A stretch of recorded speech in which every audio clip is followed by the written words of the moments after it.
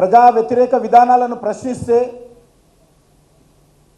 ఈరోజు అక్రమ కేసులు పెడతా ఉన్నారు, అరెస్టులు చేస్తూ ఉన్నారు, లాఠీచార్జ్ చేస్తూ ఉన్నారు. కాబట్టి నేను అవన్నీ వరుసగా వస్తున్నప్పుడు చెప్తాను. ముఖ్యంగా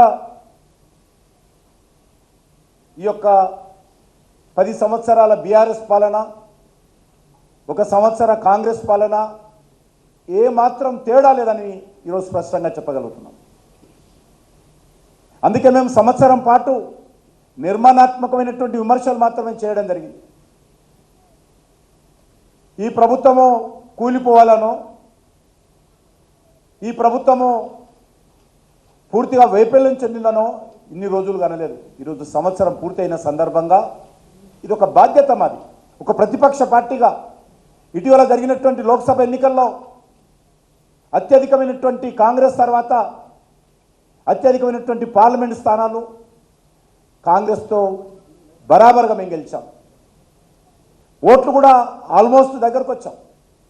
కాబట్టి ఈరోజు ఈ రాష్ట్రంలో ఒక ప్రధాన ప్రతిపక్షంగా భారతీయ జనతా పార్టీ అధికారంలో ఉన్నటువంటి కాంగ్రెస్ పార్టీని తెలంగాణ ప్రజల తరఫున ప్రశ్నించాల్సినటువంటి బాధ్యత మా పైన ఉన్నది. కాబట్టి తెలంగాణ ప్రజలు ఆ బాధ్యత మా మీద పెట్టారు. కాబట్టి నరేంద్ర మోడీ గారి నాయకత్వంలో తెలంగాణ ప్రజలు భారతీయ జనతా పార్టీని విశ్వసించి 8 పార్లమెంట్ స్థానాలు గెలిపించారు. కాబట్టి పోలింగ్ బూత్కు వెళ్ళినటువంటి 100 మందిలో 36 నుంచి 37 మంది భారతీయ జనతా పార్టీని ఆశీర్వదించారు. కాబట్టి ఖచ్చితంగా ఆ ప్రజల పక్షాన నిలబడాల్సినటువంటి బాధ్యత భారతీయ జనతా పార్టీ.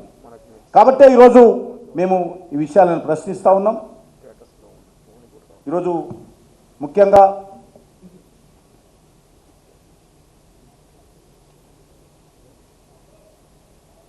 రైతుల యొక్క గోస, అనేక రకాల రైతుల సమస్యలపైన రైతు డిక్లరేషన్ పేరుతో, గ్యారంటీల పేరుతో, మేనిఫెస్టోల పేరుతో అనేక రకాల హామీ ఇచ్చారు. నేను అన్ని కాదు తీసుకోవడం లేదు, 2 రోజులు పడుతుంది వాళ్ళు ఇచ్చినటువంటి హామీల మీద విమర్శిస్తే. కాబట్టి నేను కొన్ని ముఖ్యమైన అంశాలు మాత్రమే మా పార్టీ తరఫున అందరం కూర్చొని అనుకున్నాం. ఆ అంశాలను ప్రజల ముందు పెట్టేటువంటి ప్రయత్నం చేస్తాం. ముఖ్యంగా రుణమాఫీ. ఇంతకుముందు చెప్పాను, 7వ తేదీ ప్రమాణ స్వీకారం చేస్తా, 9వ తేదీ సోనియమ్మ, మా అమ్మ సోనియమ్మ జన్మదిన రోజు మాఫీ చేస్తా అని చెప్పి గౌరవ ముఖ్యమంత్రి గారు చెప్పారు. ఇంతవరకు మరి కొంతమందికి మాత్రమే ఆ యొక్క జరిగింది. అదే కాకుండా రైతు భరోసా,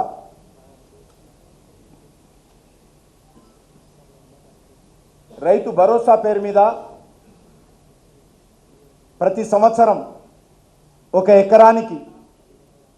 ఎకరానికి రైతులకు 15,000 రూపాయలు,